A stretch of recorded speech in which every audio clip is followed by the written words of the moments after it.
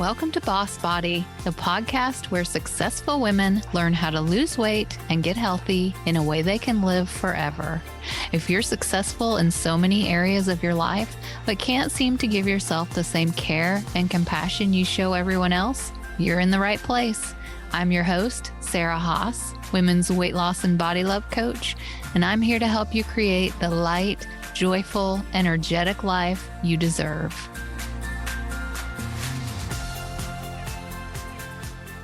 Hello there. Welcome. Thank you so much for being here today. I hope that your day is wonderful, and I just want to thank you so much for being here. I know that you're really busy, and I appreciate you taking the time to listen to this podcast and to be here with me today. So I am really excited about today's episode because I know that it is one that is going to resonate with a lot of you. Today we're going to be talking about the top 3 dieting mistakes you're making, why your diet keeps failing, and how to make your healthy routine stick forever. So I work with so many clients who have been dieting off and on for most of their life in a lot of cases, and they're so frustrated and they're so sick of it. You know, I hear this over and over again. I've lost and gained the same 20 pounds over and over again for the past 10 years or whatever. And it's just so frustrating because you get a new diet, you're really excited about it, you're motivated, you're totally on board, you go for it, it's working, you're losing weight, you're feeling better, and then the diet is working until it's not. For some reason, the diet stops working. You start falling back into old habits. You start eating things that you have cut out for quite a while, and you end up gaining. And in many, many cases, you end up gaining all the weight back and sometimes plus a little bit more.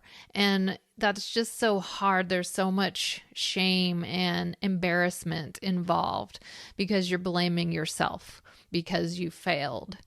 And what I want to show you today is that it isn't you that failed. It's the diet that failed, because most diets are a setup for failure. 99% of diets fail eventually. Let me ask you this. If 99% of students in a class fail, whose fault is it? The students or the teacher? And it's the exact same thing with the dieting industry. It isn't you that have failed. It is the diet. Today, I want to show you how you can stop starting over and over again and losing and gaining over and over again. I'm going to share with you the top 3 dieting mistakes, and then we're going to talk about how to avoid those and how to make your healthy diet and lifestyle stick for the rest of your life. To begin with, the number one issue with most diets is they are extremely overwhelming. How many times have you started some kind of diet or fitness plan, bought a book, whatever, and you have all this information to digest? You have to learn all about what they want you to eat, what they don't want you to eat, how many calories, how many carbs, how many this or that. And it's so many changes to make all at once, and you almost don't even know where to start. And fitting it in to your busy day is just overwhelming, and it feels like your whole day is just revolving around food, around planning and shopping and cooking and counting and recording and all that work. And that is just not sustainable. If you have a super busy schedule and you want to add all this exercise and healthy eating on top of everything that you're already doing, you may be able to white knuckle it for a little while, but you end up exhausted. And that's one of the reasons that you start falling off of the diet plan. It's just too much to take in all at once, and it's just too overwhelming.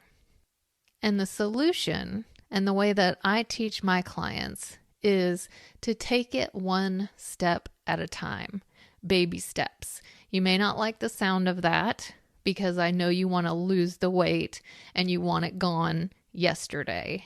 But think about it. How many times have you tried this over and over again? And how is that working for you? So it's time to change the mindset and realize that weight loss is not a sprint, it's a marathon. So you start making these positive changes in small ways. And once you get that habit put into place and it becomes a regular part of your routine, you add on, you take the next step. And this makes it feel like you're not depriving yourself so much because it's not all or nothing. It's not like just one day you're on a diet and then the next day you're not on a diet. So we're going to avoid that black and white thinking, and we're going to take it gradually. Start where you are, implement one positive thing, and then build on to that. Think about it. If you made a 1% improvement, if you made 1% positive change per week, that adds up to 52% change by the end of a year. And that adds up to a huge difference. But you have to take it slow because that's the only way that you're going to stick with it. When you start with something that's overwhelming and it's miserable, miserable is not sustainable. So keep that in your mind.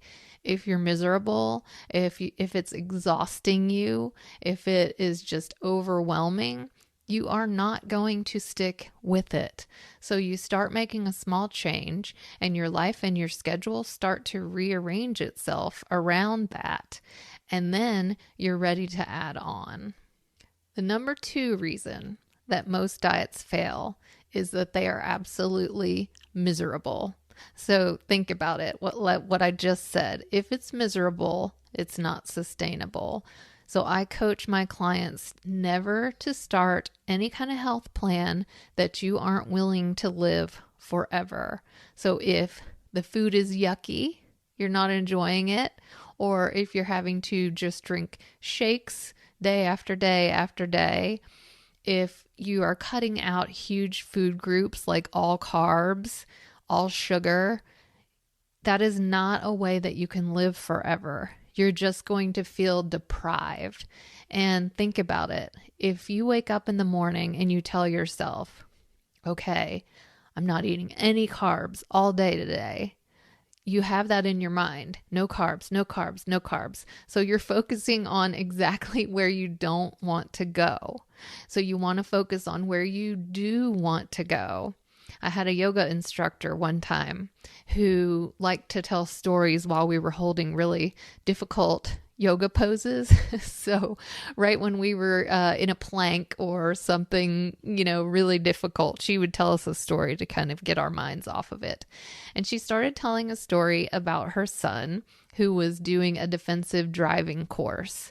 And the instructor said to him, if you see an obstacle up ahead on the road and you want to avoid it, don't look at the obstacle, look where you want to go instead. And so instead of focusing on what you can't have, on what you don't need to eat, on what you need to deprive yourself of, wake up every day and think about what you do need to add in. It's such a different mindset. It's such a different way of thinking from what we have been taught all these years. And it's moving you in a positive direction. It's helping you think about, what do I need to add in? What is going to nourish me today? What healthy habit can I do that's going to help me feel better?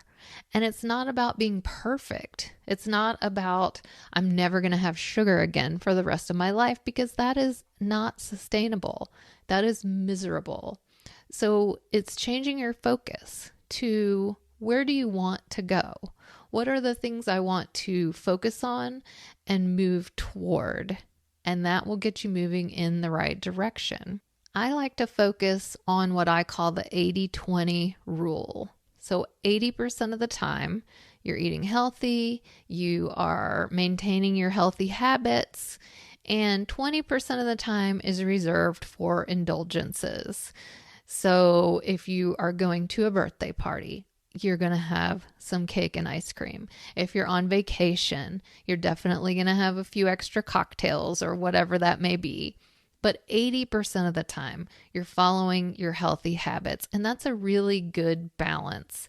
And that is a way of realizing that, okay, this is a lifestyle that I can live forever because I'm feeling good, I'm healthy, I'm nourishing myself, but I'm also not depriving myself. I'm not feeling like I can never have these things again that I enjoy. The number 3 reason that most diets end up failing is a biggie. And this is because they often neglect the mindset and emotional component, which is key to making healthy habits stick, because you have to get to the root of the issue. Why are you in the place that you are today? Because if you don't work that out, you're going to continue this cycle and this pattern that you have been stuck in for so long. So you have to think about, are you stress eating? Are you eating when your schedule is busy and you're eating to calm yourself down? Are you emotional eating? What is going on? Are you going for a snack late at night after you've had dinner every night? And why is that? What are you actually needing to be filled up with? What is this void that you're trying to fill? Are you feeling lonely? Are you feeling sad? Is there emotional issues that you have been neglecting that are trying to come up, but they don't feel good and they're uncomfortable, so you're pushing them back down with food? And what is that inner critic saying to you day in and day out? That voice in your head that criticizes and berates you and puts you down. What is that voice saying, and where did that voice come from? Because as long as you still have that talking to you, you're going to revert to old patterns. It's not motivating. It's not encouraging. It's not going to help you move forward. It's going to help you move backward. So I like to think of it this way. Overeating and being overweight isn't the actual problem. It's a symptom of the problem. So if you're overweight, if you're overeating, what is the actual problem? And sometimes you have to kind of reverse engineer. You have to take a little bit of a deep dive, and you have to stop in the moment and think about, why am I eating? What am I looking for? And that's one of the things that I work with my clients on extensively, because that is one of the things that's going to make your diet actually work and your healthy lifestyle actually stick. And it's working through some of these deeper issues, some of these patterns, so that you can get rid of it and not see that happening anymore in your life, and moving forward and feeling good and feeling confident and shutting up that incessant voice in your head that's always telling you that you're not good enough, that you're not enough, that you're not thin enough, you're not smart enough, you're not working hard enough, you're not a good enough mom, you're not doing a good enough job at work.